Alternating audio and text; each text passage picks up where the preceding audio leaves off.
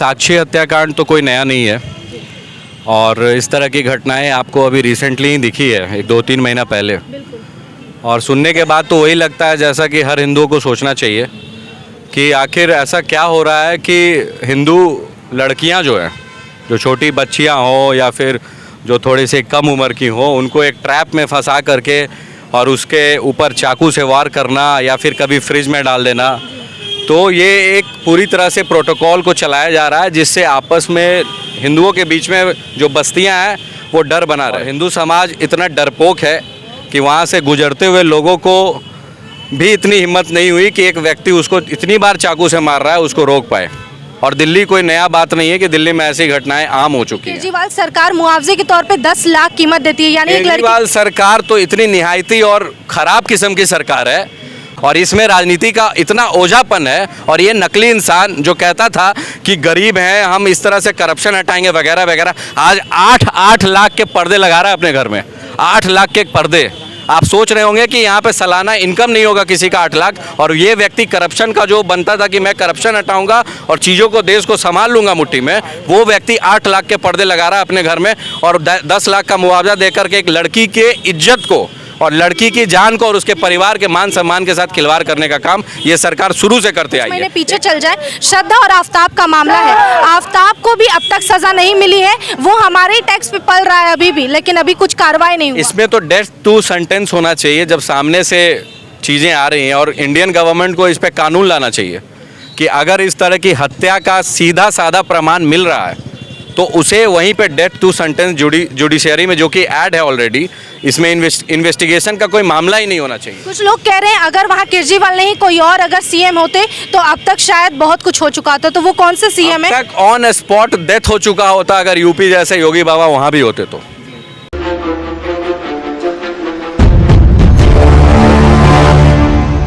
देश की राजधानी दिल्ली में दिल दहला देने वाली घटना सामने आई है, जिसके बाद पूरा देश इस वक्त मौन हो चुका है। हम बात कर रहे हैं साक्षी हत्याकांड की, जिसे लेकर आज हम पहुंचे हैं बिहार के पटना में, जहां यहां के युवाओं से इस बारे में राय लेंगे। तो सर, सबसे पहले जानना चाहेंगे कि साक्षी हत्याकांड को लेकर आपकी पहली राय क्या, सुनने के बाद क्या लगा था? देखिए, साक्षी हत्याकांड तो कोई नया नहीं है और इस तरह की घटनाएं आपको अभी रिसेंटली ही दिखी है, एक 2-3 महीना पहले। और सुनने के बाद तो वही लगता है जैसा कि हर हिंदुओं को सोचना चाहिए कि आखिर ऐसा क्या हो रहा है कि हिंदू लड़कियां जो हैं, जो छोटी बच्चियां हों या फिर जो थोड़ी सी कम उम्र की हों, उनको एक ट्रैप में फंसा करके और उसके ऊपर चाकू से वार करना या फिर कभी फ्रिज में डाल देना।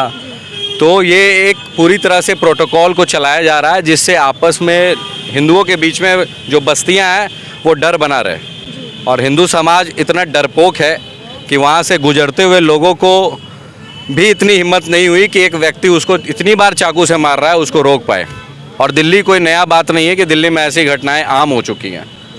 तो इस चीज़ को देख करके काफ़ी दुख होता है।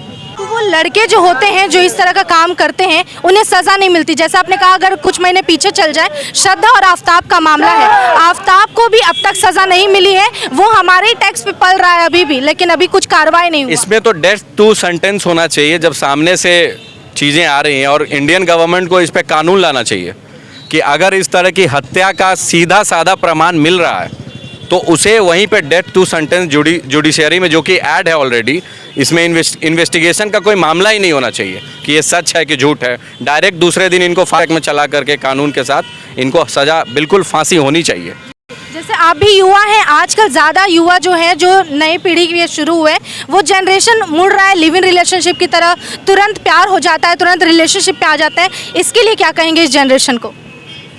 देखिए, इस चीज़ का तो अनुभव हम लोग के यहाँ तो नहीं है, लेकिन अगर इस तरह की चीज़ें होती हैं तो ये भी गलत है। अगर हम अपने माँ बाप के अकॉर्डिंग किन्हीं अन्य महिला के साथ लिविंग रिलेशनशिप में रहें और हम कह दें कि हम 18 साल से ऊपर हैं तो हमें आज़ादी है, तो ये कहीं से औचित्य नहीं बनता। ये हमारे भारत में संस्कृति के खिलाफ है। ये कोई इंडियन कल्चर नहीं है, ये एक वेस्टर्न कल्चर है।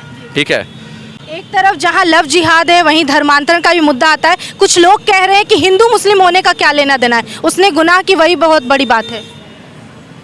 अगर गुनाह नहीं है तो आखिर ऐसा क्यों हो रहा है बार बार 2 महीना 3 महीना पर, जो इस तरह की इतना ख़राब तरीके से चीज़ों को दर्शाया जा रहा है लोगों में।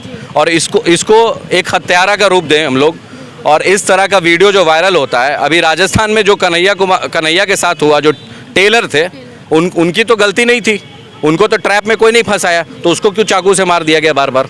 क्या कारण था उसका?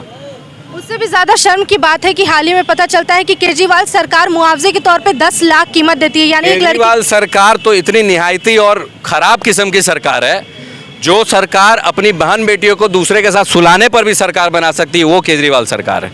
और इसमें राजनीति का इतना ओझापन है, और ये नकली इंसान जो कहता था कि गरीब हैं, हम इस तरह से करप्शन हटाएंगे वगैरह वगैरह, आज 8 लाख के पर्दे लगा रहा है अपने घर में।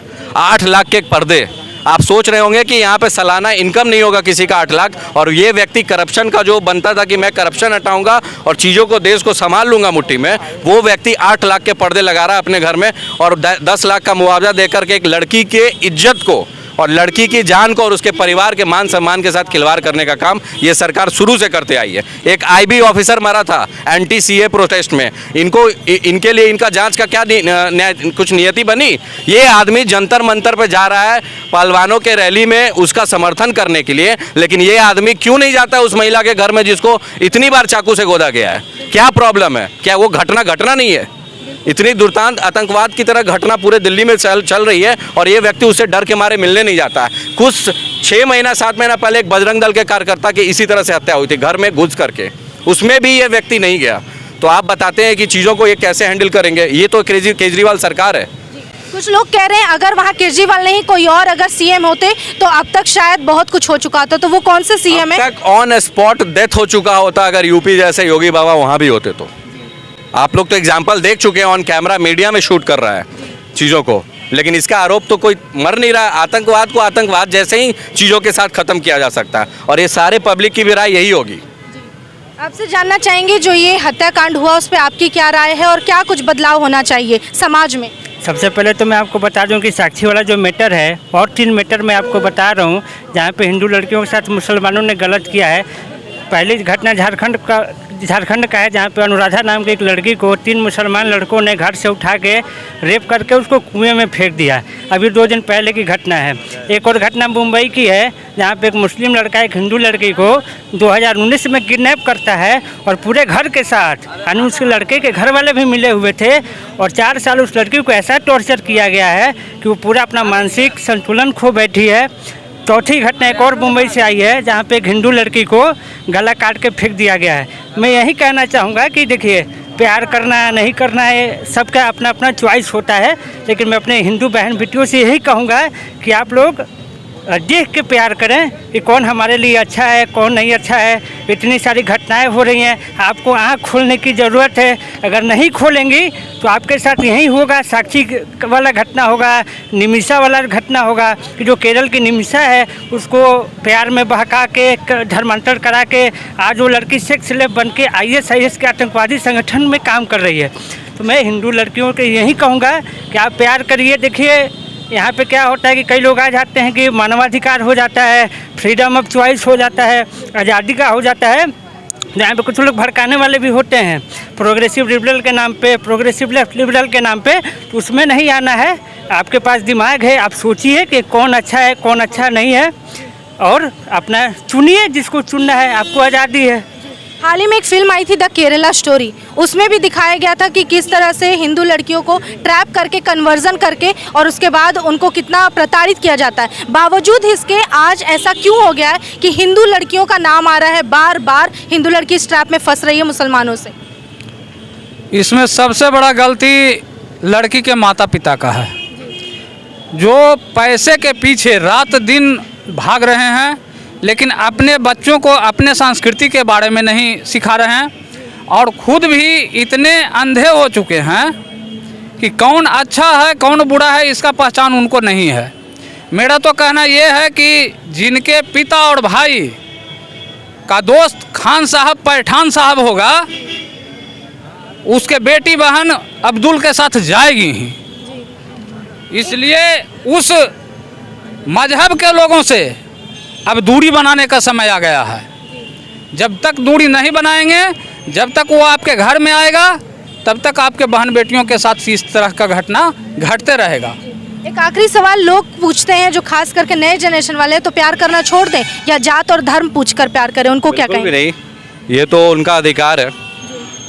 और हम ये नहीं कहेंगे कि कोई भी व्यक्ति मतलब कोई एक सिंगल चीज़ लोग कह रहे हैं कि यही कम्युनिटी करता होगा या फिर चीज़ करता हो, लेकिन ये रिज़ल्ट बता रहा है, ये हम लोग कोई गारंटी नहीं दे रहे हैं।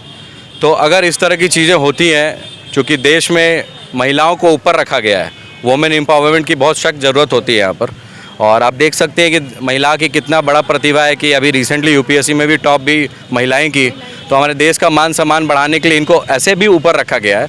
लेकिन ये कहीं से भी हम लोग नहीं करते हैं कि आपको चॉइस जो हो, आप तो इसके लिए एवर रेडी हो और आप इस तरह के चीज़ों में हो, तो हो सकता है, क्यों नहीं हो सकता, किसी से भी कीजिए।